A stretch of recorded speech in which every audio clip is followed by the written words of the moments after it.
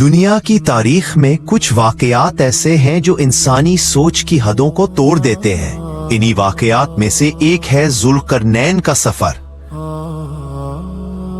वो बादशाह जिन्हें अल्लाह ने ताकत भी दी और हिकमत भी, और फिर याजूज और माजूज, वो कौम जिनका जिक्र सूरतुल कहफ में मौजूद है। एक कौम जिसका ज़हूर क़यामत की बड़ी अलामात में से एक है। इस दस्तावेजी फिल्म में हम सिर्फ कुरानी वाक़यात, सही अहादीस और मोतबर तारीख से चलेंगे, कोई अफसाना नहीं। कुरान जुल्करनैन को एक अजीम बादशाह के तौर पर पेश करता है। अल्लाह फरमाता है कि हमने उन्हें सबाबों तक पहुंच दिया, यानी ज़राए, रास्ते, इल्म, हिकमत, वो तमाम चीजें जो दुनिया के कोने कोने तक सफर करने के लिए जरूरी है। लेकिन कुरान उनका असल नाम नहीं बताता, ना ही उनकी कौम का जिक्र करता है। सिर्फ उनकी शख्सियत एक मुमिन, आदिल और ताकतवर हुक्मरान के तौर पर बयान की गई है। यही उनकी अजमत थी। उलमा की राय के मुताबिक उनका मकाम किसी आम फौजदार या कैदी से बुलंद था। वो अल्लाह से ताल्लुक रखने वाले इंसान थे। क्योंकि कुरान वाज़ी तौर पर फरमाता है, जुल्करनैन एक मोमिन बादशाह था। कुरान बताता है कि जुल्करनैन सबसे पहले मगरिब की तरफ रवाना हुए। वो एक ऐसी जगह पहुंचे जहां सूरज उन्हें ऐसे गुरूब होता नजर आया जैसे किसी कीचड़ भरे चश्मे में डूब रहा हो। याद रखें, कुरान ने सूरज मिसालन कीचड़ में डूबता है नहीं कहा, बल्कि जुल्करनैन की नजर से मंजर बयान किया गया। वहां उन्हें एक कौम मिली जो बहुत नाफरमान और शिर्क करने वाली थी। जुल्करनैन ने उन्हें बताया कि अगर वो ऐसे ही जुल्म और शिर्क में रहेंगे तो उन्हें हम भी सजा देंगे और कयामत के दिन अल्लाह ताला भी सजा देंगे। लेकिन जो नेक अमल करेंगे उन्हें अच्छा बदला मिलेगा, हमसे और अल्लाह से भी। यहाँ उनके पास पूरी ताकत थी कि वो सजा दें, लेकिन उन्होंने इंसाफ का रास्ता अपनाया और लोगों की इस्लाह की कोशिश की। अल्लाह ने उन्हें इख्तियार दिया सजा देने या एहसान करने का। जुल्करनैन ने इंसाफ और रहमत को मुंतखब किया। ये एक आदिल हुक्मरान की पहचान है। बस इस सफर के बारे में कुरान में इतना ही जिक्र आया है। जुल्करनैन फिर मशरिक की तरफ बढ़े। वहां उन्हें एक ऐसी कौम मिली जिसके पास सूरज से बचने का कोई साया नहीं था, ना दीवारें, ना छांव, ना कोई पर्दा। यानी वो लोग बिल्कुल सादा और सीधी जिंदगी गुजारने वाले थे। मुफस्सिरीन के मुताबिक ये वो जगह थी जहां सूरज 6 महीने तक गुरूब नहीं होता था, या वहां छत बनाने का तसव्वुर मौजूद नहीं था। अल्लाह बेहतर जानता है। जुल्करनैन ने उनके साथ जंग नहीं की, ना ही उन पर हुकूमत का बोझ डाला, बल्कि उन्हें उनकी हालत पर छोड़ दिया। याजूज माजूज तक का रास्ता। ये सफर सबसे सख्त, सबसे पेचीदा और सबसे तहकीकी था। कुरान के मुताबिक जुल्करनैन 2 पहाड़ों के दरमियान एक तंग वादी में पहुंचे।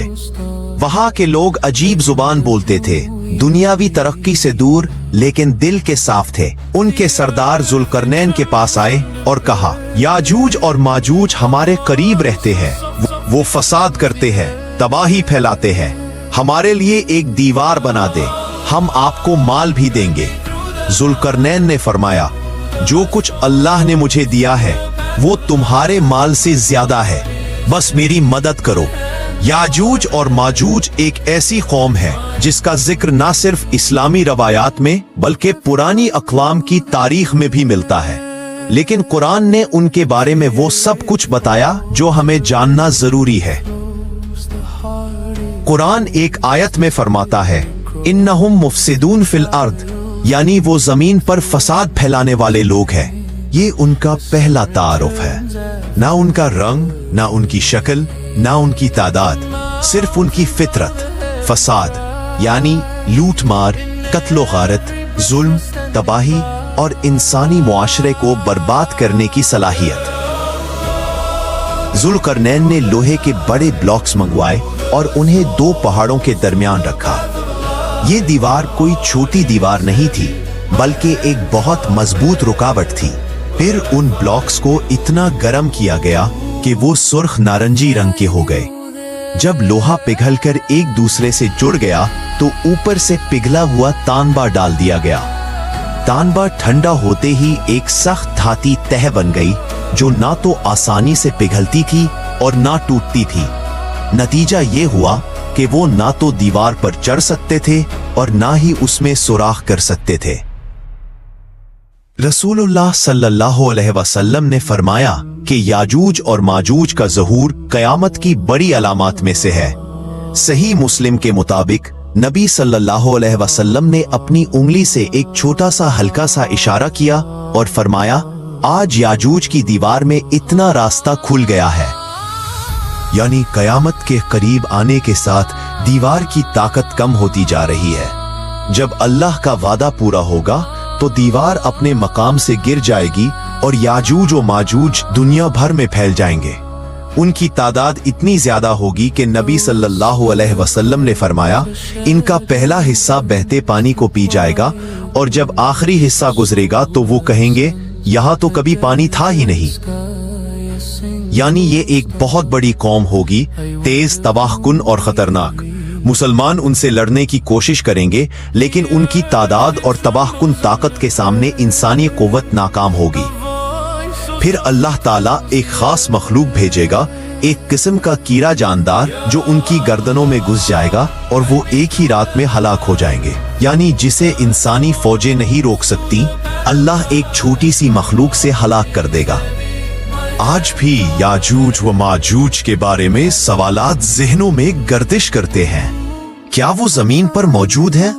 कहाँ हैं? और कब जाहिर होंगे? इस्लामी उलमा और मुफस्सिरीन इस बारे में मुत्तफिक हैं कि कुरान ने उनकी असल जगह नहीं बताई। ये एक राज है जो सिर्फ अल्लाह जानता है। हमें सिर्फ इतना मालूम है कि वो दो पहाड़ों के दरमियान महसूर थे और जुल्करनैन ने उन्हें रोकने के लिए दीवार बनाई। मुफस्सिरीन का कहना है कि याजूज व माजूज की मौजूदगी आज भी मुमकिन है, मगर वो दुनिया के आम इंसानों की निगाह से छुपे हुए हैं। वो क़यामत के करीब जाहिर होंगे जब अल्लाह ताला का वादा पूरा होगा। अल्लाह हमें फितने, याजूज और माजूज और हर किस्म के फसाद से बचा। हमें अपने दीन और ईमान पर मजबूत रख और हमारी जिंदगियों को नेकी और सवाब की तरफ रहनुमाई दे। आमीन।